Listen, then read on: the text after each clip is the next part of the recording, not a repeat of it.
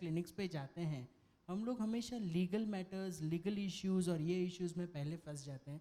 And because of that we have a very significant proportion of a female mortality during that age period, because फिर abortion at home and ये सब techniques and ये सब usage करना शुरू होता है.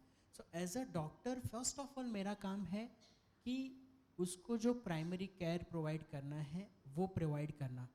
Second thing, as far as मेरा काम, हम लोग ये लिखते हैं कि पेशेंट ने क्या हिस्ट्री दिया, because after the age of 12 a patient can give consent and patient can give a history which is a reliable. So we always write it down कि she is a unmarried mother coming with a pregnancy. अगर उसके consent के साथ हुआ है या अगर उसके कंसेंट के बगैर हुआ है, लीगल एक्शन लेना उस लड़की का काम है कि उसकी लीगल एक्शन लेनी है कि नहीं लेनी. Am I right? If I am going wrong you can correct me. Correct. My job is just to inform to the police probably कि ये मेडिको लीगल कंसिक्वेंसेस हो सकती है. You just come and take down the consent. आगे का जो legal laws हैं, legal उसमें फॉर्मेलिटीज़ में काम करना है, या अगर उनको मेरी तरफ से जो हेल्प चाहिए we provide them. Say for example DNA sampling, DNA testing, everything we provide that. But as far as medical field, I think madam उसके अलावा. Yeah, so I can't.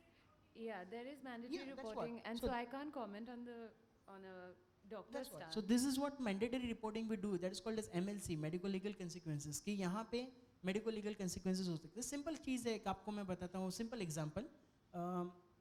Suppose एक 10-12 साल का बच्चा खेलते खेलते गिर गया. Okay.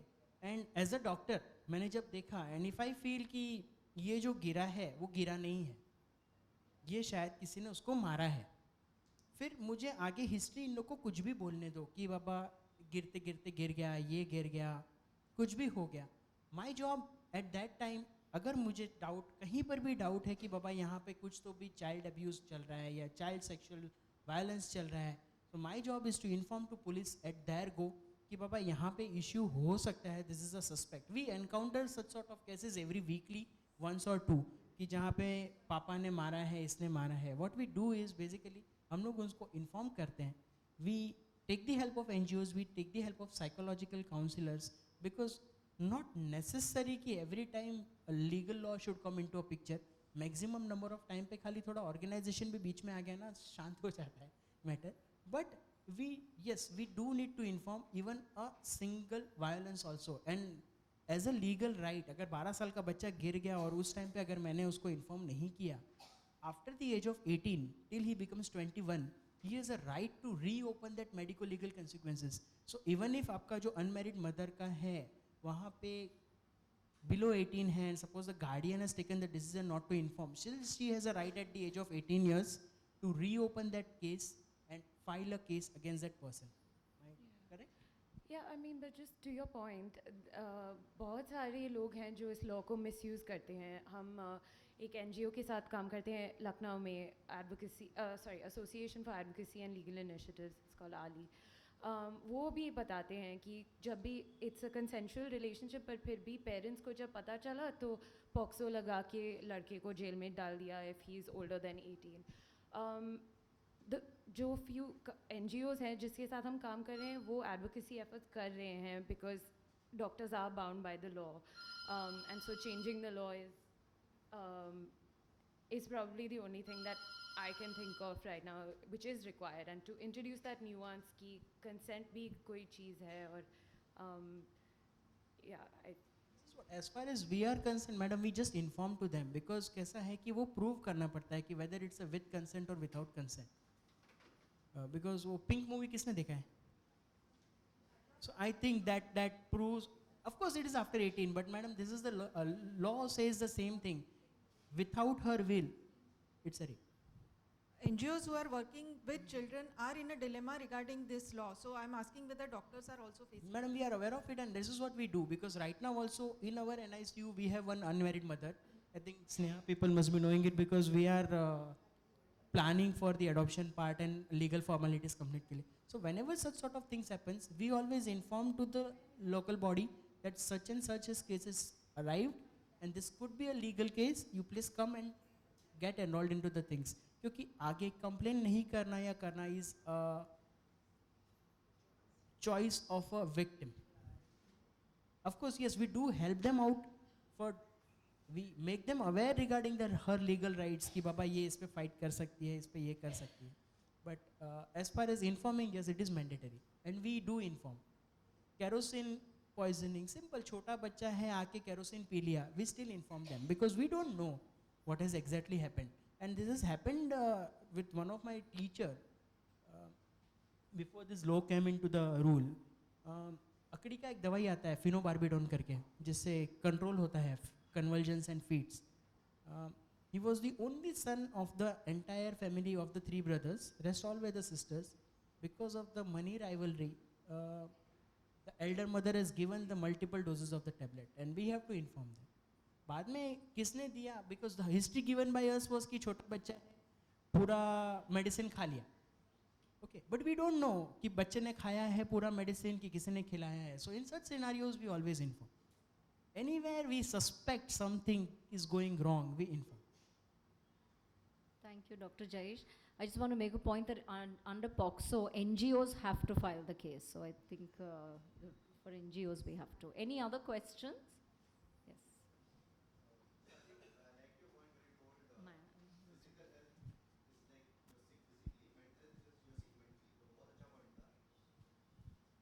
Hello.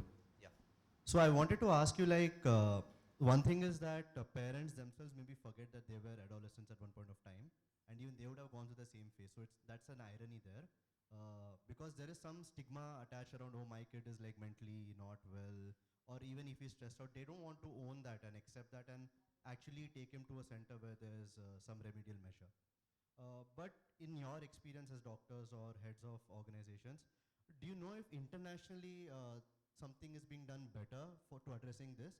Obviously, you cannot compare like America and India. The problems might be of different scale here and there. But are there some gaps that we can fix looking at some international models or some frameworks or something like that in your experience?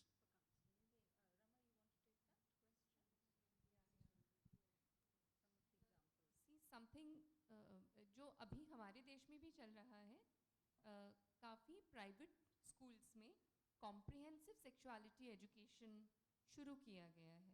तो comprehensive हाँ बहुत, लेकिन मैं यही बोलना चाहूँगी कि फिर भी बहुत कम है, ऐसे स्कूलों की तादाद बहुत कम है.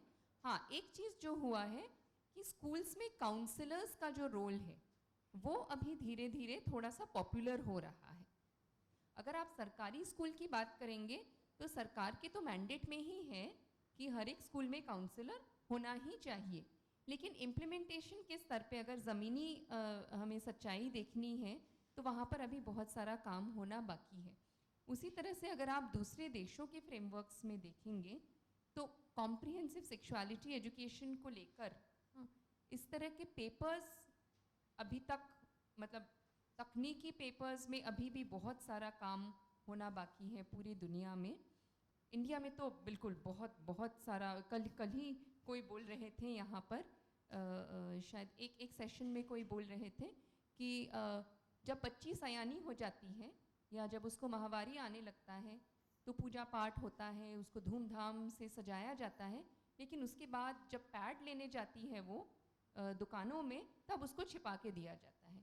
या मुझे याद आ रहा है पीके फिल्म में एक डायलॉग था ना कि बड़े धूमधाम से शादी होती है और बड़े धूमधाम से मनाया जाता है कि आज ही ये लोग सेक्स करने वाले हैं, लेकिन कॉन्डम छिपा के दिया जाता है. तो हम लोग इस तरह के दो नाव में सवार हैं, उससे निकलने में अभी और काफ़ी वक्त लगेगा मुझे लगता है. I just want to add also that if you look at countries like say Thailand, for example, their focus when they look at adolescent is things like teenage pregnancy. So it's very country specific what the adolescent focus is, right? But if you look at counseling services, the counseling services are much better in the more advanced economies of US and Europe, etc. Even if you go by development wise, adolescent development varies countries to country, caste to caste, religion to religion. If you take a adolescent development of Indian children compared to a US children, now since we are talking sexuality, I think I can go sexuality पे थोड़ा सा. अगर sexuality के angle से भी अगर अपन बात करना चाहे, so अगर आप एक US के बच्चे को देखते हो तो by around 14-15 के आसपास वो एक sexual relationship में जा चुका है. ओके एंड अगर अपना यहाँ पे अगर हम लोग ने 14-15 एज में भी अराउंड 9-10 स्टैंडर्ड पे हम लोग सेक्सुअल एजुकेशन देना शुरू करते हैं, सो कंपेयर्ड उनका स्टैंडर्ड और अपना स्टैंडर्ड में, because of the develop and developing country, because of the religion, because of the system what they follow, they have a lot of difference to go for. तो उनका मॉडल स्ट्रेट अवे यहाँ पे adopt करना would be little difficult, because अपना mental development थोड़ा हटके है. अपने यहाँ पे अभी भी पेरेंटल राइट्स, पेरेंट्स का ये, पेरेंट्स का बोलना, ये बहुत डिफरेंट है. See that's what I started my talk with, कि अपने यहाँ पे हम लोग इजीली नहीं बोल सकते कि पापा ब्रेक ऑफ हो गया और I am in some relationship, और mummy I am in relationship. In foreign countries it's quite easy and they accept कि papa I am going on a date with this and they allow. यहाँ पे अपने यहाँ पे वो allowance ही नहीं मिलता है सबसे पहले. सो उनका मॉडल डायरेक्ट यहाँ पे इम्प्लीमेंट करना ma'am is difficult practically. Any other questions? No? Then I want to thank everyone. Thank you, Dr. Jayesh, for giving us your setting up such a good adolescent-friendly health clinic, and I think a great support that you do in the area. Thank you, Swati. I think the RKSK program is an excellent program. The challenge, obviously, is implementation of the program. Akshita, thank you for your inputs on the whole legal and the framework and the exercising of rights, especially for child sexual abuse. Rama, Neeta, thank you for updating everyone on the comprehensive model and the work that Sneha is doing with multiple stakeholders to address adolescent health. I think the piece that's missing over here is